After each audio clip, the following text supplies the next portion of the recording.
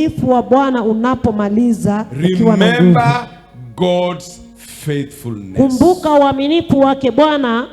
He has been so faithful to us. Amekuwa mwaminifu kwetu. He has been so faithful to what we are doing. Amekuwa mwaminifu kwa kila ambacho tunakifanya. He has been so faithful to our lives. Amekuwa mwaminifu katika maisha yetu. He has been so faithful to our children. Amekuwa mwaminifu kwa watoto wetu. If you don't have children, he will be so faithful to your children. Kama hakuna watoto, atakuwa mwaminifu kwa watoto. Don't forget his faithfulness. Usisahau uaminifu wake.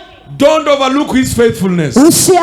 Usimtazamie kwa umbali uaminifu wake. Pastor Beatrice, he has been so faithful to you. Mchungaji Beatrice amekuwa mwaminifu kwako huyo. Give him thanks. Shukrani. Even if you did not achieve anything, hata kama hukupata he chochote, has been so faithful. amekuwa mwaminifu. Amen. Remember his faithfulness. Kumbuka uaminifu wake. Uaminifu wake wakaa milele. Si mtu aseme amen. Amen. And I will still worship him. Bado nitamwabudu.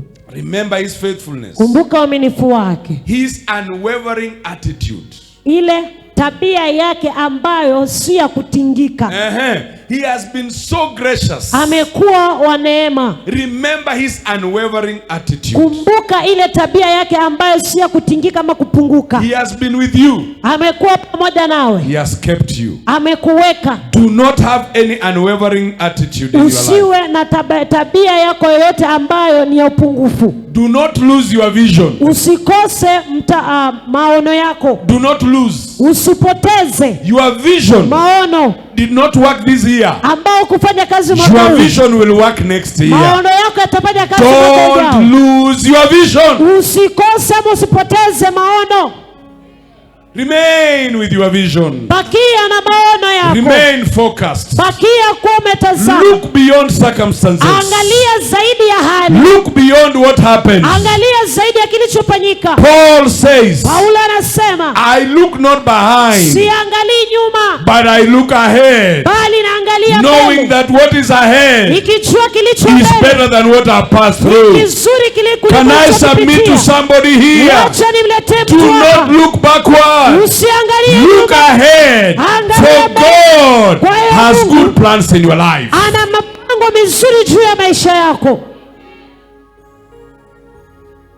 Your vision maono yako should be untarred. Haistahili kukua kusumbuliwa. Ama kusumbuliwa. It should not be untarred. Istahili kusumbuliwa. Your vision should be intact. Maono yako yanastahili kubakia pale pale. Your plans mipango yako should be intact. Yastahili kubakia pale pale. God still has good plans for you. Bwana anasema kwamba ana mipango mizuri kwa ajili yako. Forget all the past.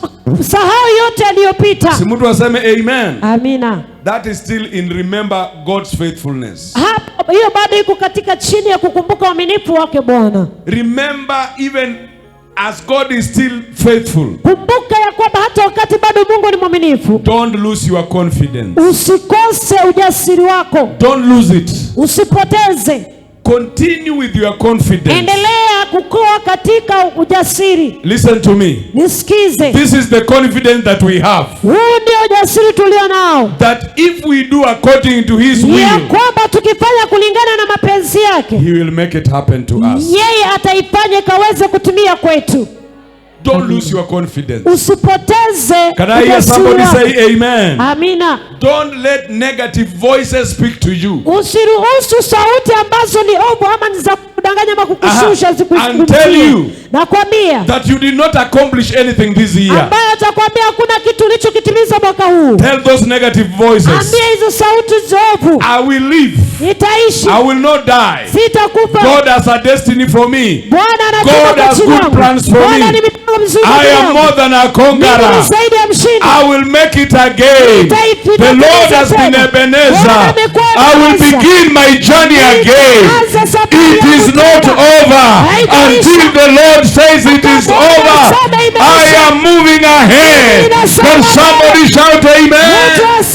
Don't lose your confidence.